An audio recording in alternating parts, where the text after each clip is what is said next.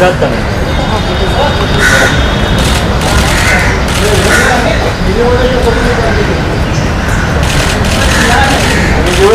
Profile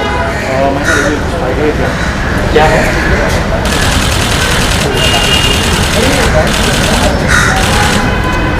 क्या दिया है?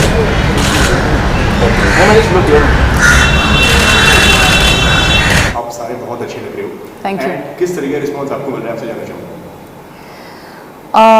बहुत ज़्यादा अच्छा लग रहा है बिकॉज एक्सपेक्टेशंस थी कि पहले तो कहा गया था कि Antim is the underdog of the year and right now everybody is expectantly waiting for everybody to watch the film, so that's quite exciting and we can't wait for everyone to go back to the theatres and witness the magic of the big screens because it's high time that we have been waiting for it.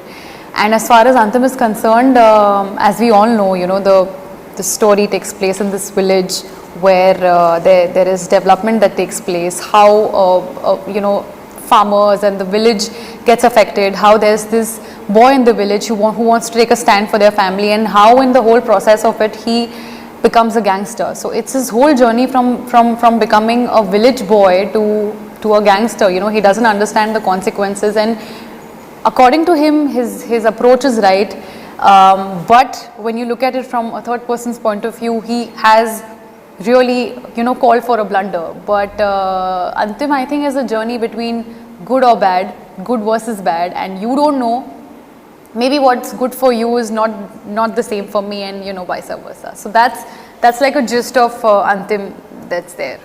Okay, अगर आपके character की बात करें, मंदा की बात करें, जी। बताइए उसके बारे में, किस तरह के कैरेक्टर है? मंदा चाय वाली है और पूरे मार्केट यार्ड में वो एक अकेली लड़की है, and Manda is that kind of girl that you don't want to take पंगा with because she is someone who is very kadak, and she will take stand for herself when required. और सुलझी हुई है, वल्नरेबल है, but कहीं ना कहीं आपको उसके अंदर वो स्पार्क और वो फायर नज़र आता है. As we have Salman sir's and Ayush character in the forefront, but there is this girl जो खुद के लिए स्टैंड लेगी विदाउट थिंकिंग अबाउट इसके आगे कॉन्सिक्वेंसेस क्या होंगे.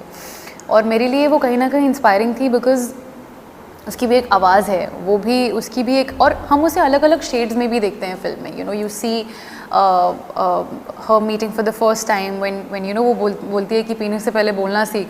So there is confidence, there is spark, but then that there is something about her that attracts, but फिर आपने उसे गाने में देखा हुआ, when you see Rahul Yaz and Manda's romantic angle, when you see there is this chemistry that is established, when you see Rahul Yaz propose Manda, so there is variation in range to Manda's character. Okay, काफ़ी जिस तरीके से आपने बताया, काफ़ी shades इस character में, प्यार है, रोमांस है, एक स्पार्क है. क्या क्या तैयारी करनी पड़ी इस कैरेक्टर के लिए? मुझे हमारे डायरेक्टर सर महेश सर ने तो यही बोला था कि कोई तैयारी करके नहीं आना. Just make sure that you know the background of your character, just make sure that you know the conscience of your character, and don't come over prepared because वो हमेशा से वो खुद एक एक्टर है, हम सब जानते हैं, तो वो उनको ऐसा लगता है कि जब हम एक्टर्स को एक बॉक्स में डाल देते हैं या फिर जब हम उनको बता देते हैं कि उन्हें क्या करता है, तो वो अपना मैजिक नहीं लेकर आ पाते. सो उन्होंने मुझे अपनी पहले ही फिल्म में, पहले ही प्रोजेक्ट में फ्रीडम दी as a performer to perform, for me to understand that this is what I can do. और जब चीज़ें गड़बड़ होती थी तो he was always there to guide me throughout the journey, but he never put any sort of pressure और obviously I was worried because I was nervous, I was worried, because this film already has two very prominent characters, और उसमें आप stand out करना या आप अपने character से justify करना डिफ़िकल्ट हो जाता है. बट महेश से help me throughout the process, और मतलब कौन उनका फ़ैन नहीं हो सकता. तो बिल्कुल उनका आसपास रहना ही मेरे लिए एक इंस्टीट्यूट की तरह था. He was nothing less than an institute for me, and बहुत कुछ सीखने को मिला उनसे.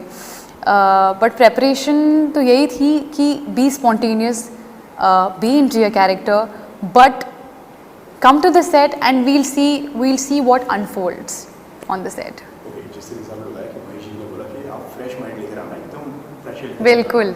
बट ये तो वही कहने की बात है, लेकिन पर्सनली कितना प्रेशर हो जाता है जब आपके सामने सलमान खान, महेश हिमाद्री, तो वो कितना प्रेशराइज हो जाते हैं वो सारी चीज़ें? बहुत ज़्यादा प्रेशराइजिंग था because the fact that Salman sir and Mahesh sir believed in me, they both saw some sort of potential in me. तो कहीं ना कहीं आपको खरे उतरना पड़ता है. आपको खुद को प्रूव करने से ज़्यादा आपको उन दोनों को प्रूव करना होता है, क्योंकि उन्होंने आपको वो भरोसा देखा है, उन्होंने वो पोटेंशियल देखा है, वो फेथ रखा है. और मुझे लगता है कि करियर की शुरुआत में ही जब आप पर दो महारथी जब भरोसा करे तो वो बहुत बड़ी बात हो जाती है. Yes, and there was a responsibility. There was also more than pressure, I would call it a responsibility that I had to fulfill, that I had to come over. So I think I have given my best. I have tried to be as honest as I can. But कहीं ना कहीं जो मेरा TV का experience था, जो काम किया है, इतने जो कैरेक्टर्स पोर्ट्रे किए हैं, sometimes I feel all those experiences have helped me to be confident in front of the camera. So I think मैं इस फिल्म की जर्नी को मैं टीवी को ओ करना चाहूँगी कि मुझे ये फिल्म मिली है, and it's because of everything that I have done before अंतिम. ये फिल्म में फर्स्ट रिएक्शन जब आपको इस फिल्म के लिए बुलाया गया है और आपको बताया गया कि ये ऑडिशन जो है महेश जी ने बताया कि ये अंतिम के लिए है एंड हम आपको इसे समझ नहीं करने वाले, so what was your first reaction जो पहले दिमाग में आया? I was absolutely apprehensive.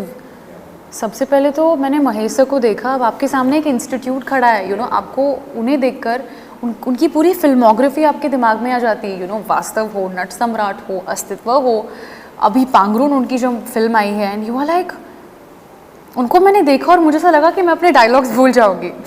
But my first take itself was, it just flowed अपने आप. जैसे मैंने आपको कहा कि वो कॉन्फिडेंस कहीं ना कहीं मेरे पास्ट एक्सपीरियंसेस से आता है, जो मैंने टीवी में काम किया है. And I just gave it my best shot. But let me tell you, I was really hesitant and nervous, and I had मैंने बिल्कुल नहीं सोचा था that I will be able to make it to अंतिम. Okay, इस तरीके से मैं जानता हूँ कि आप ऑलरेडी सलमान सर से मिल चुके हैं बिग बॉस के सेट पर आप उस पर मिले हैं, फिर उसके बाद में फिल्म के सेट पर मिले, तो क्या किस तरीके का माहौल था सेट पर? सबको ऐसा लगता है कि सब काफ़ी डरे हुए होंगे, but he is an absolute fun person. And वो सेट पे आ जाते हैं और मुझे ऐसा लगता है कि he is magnificent. He not only lights up the screen, but he lights up everything around you. So उनके साथ स्क्रीन शेयर करना, उनके साथ स्टेज शेयर करना, उनके थ्रू मेरा डेब्यू होना बॉलीवुड में was nothing less than a dream.